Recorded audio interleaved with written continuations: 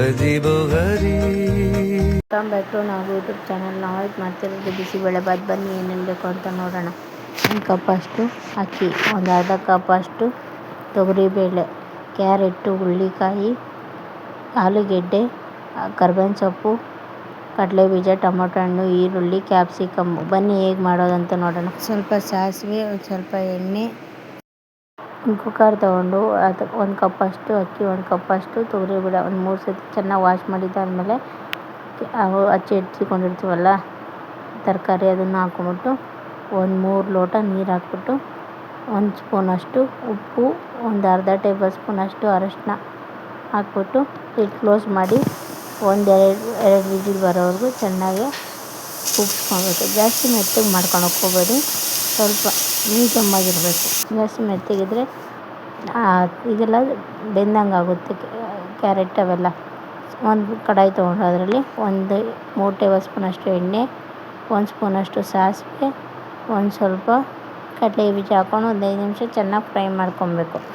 Fry ಮಾಡಿದ್ದಾದಮೇಲೆ ಸ್ವಲ್ಪ ಕರ್ಬೇವಿನ ಸೊಪ್ಪು, ಒಂದೆರಡು ಒಣಮೆಣ್ಸಿನ್ಕಾಯಿ ಹಾಕ್ಕೊಂಡು ಒಂದೆರಡು ಈರುಳ್ಳಿ ಉದ್ದುದ್ದವಾಗಿ ಹಚ್ಚಿಟ್ಕೊಂಡಿರ್ತೀವಲ್ಲ ಅದನ್ನ ಹಾಕ್ಕೊಂಡು ಒಂದು 5 ನಿಮಿಷ ಚೆನ್ನಾಗಿ ಫ್ರೈ ಮಾಡ್ಕೊಬೇಕು.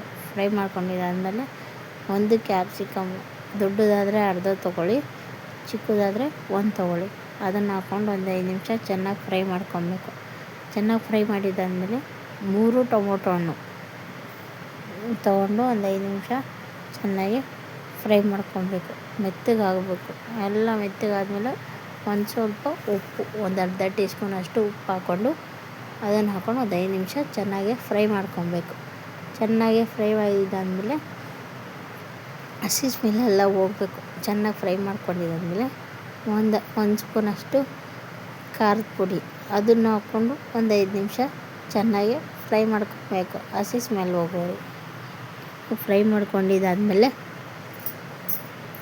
ಮಾಡ್ಕೊಂಡಿದ್ದಾದಮೇಲೆ ನಾವು ಇವಾಗ ಕೂಗಿಸಿ ಎತ್ತಿಟ್ಕೊಂಡಿರ್ತೀವಲ್ಲ ಬೇಳೆನೂ ಅಕ್ಕಿ ತಣ್ಣಗೆ ಹಾಕ್ಬಿಟ್ಟಿರ್ತೀವಲ್ವ ಅದನ್ನ ಹಾಕ್ಕೊಂಡು ಗ್ಯಾಸ್ ಅಂಟಿಸ್ಬಿಟ್ಟು ಸಿಮ್ಮಲ್ಲಿ 1-3 ಲೋಟ ಅಷ್ಟು ನೀರು ಹಾಕ್ಬಿಟ್ಟು ಚೆನ್ನಾಗಿ ಮಿಕ್ಸ್ ಮಾಡ್ಕೊಬೇಕು. ನಾವಿವಾಗ ಮಸಾಲೆ ಎಲ್ಲ ರೆಡಿ ಮಾಡಿಕೊಂಡಿರ್ತೀವಲ್ವ ಅದನ್ನು ಹಾಕ್ಕೊಂಡು ಒಂದು packet full bisi bele bath powder ಹಾಕ್ಬಿಟ್ಟು ಮಿಕ್ಸ್ ಮಾಡ್ಕೊಬೇಕು. ಚೆನ್ನಾಗಿ ಮಿಕ್ಸ್ ಮಾಡ್ಕೊಂಡಿದ್ದಾದಮೇಲೆ ನಾವಿವಾಗ ಬೇಳೆನೂ ಅದೆಲ್ಲ ಬೇಯಿಸಿ ಎತ್ತಿಟ್ಕೊಂಡಿರ್ತೀವಲ್ಲ ಅದಕ್ಕೆ ಮಿಕ್ಸ್ ಮಾಡ್ಕೊಬೇಕು.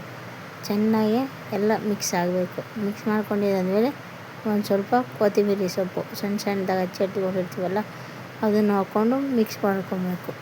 ಆಮೇಲೆ ಒಂದು ನಿಂಬೆಹಣ್ಣು ಗಾತ್ರದಷ್ಟು ಹುಣಸೆಹಣ್ಣು ನೆನೆ ಹಾಕಿ ಸೈಡಿಗೆ ಎತ್ತಿಟ್ಕೊಂಡಿರ್ತೀವಲ್ಲ ಅದನ್ನು ಹಾಕ್ಕೊಬೇಕು. ಹಾಕ್ಬಿಟ್ಟು ಒಂದು 5 ನಿಮಿಷ ಮಿಕ್ಸ್ ಮಾಡಬೇಕು. ಕುದಿಸಿದಾದಮೇಲೆ ಇಷ್ಟ ಆದರೆ ಲೈಕ್ ಮಾಡಿ, ಶೇರ್ ಮಾಡಿ, ಕಮೆಂಟ್ ಮಾಡಿ. ನಾವು ಯೂಟ್ಯೂಬ್ ಚಾನಲ್ನ ಪ್ಲೀಸ್ ಸಬ್ಸ್ಕ್ರೈಬ್ ಮಾಡ್ಕೊಳ್ಳಿ.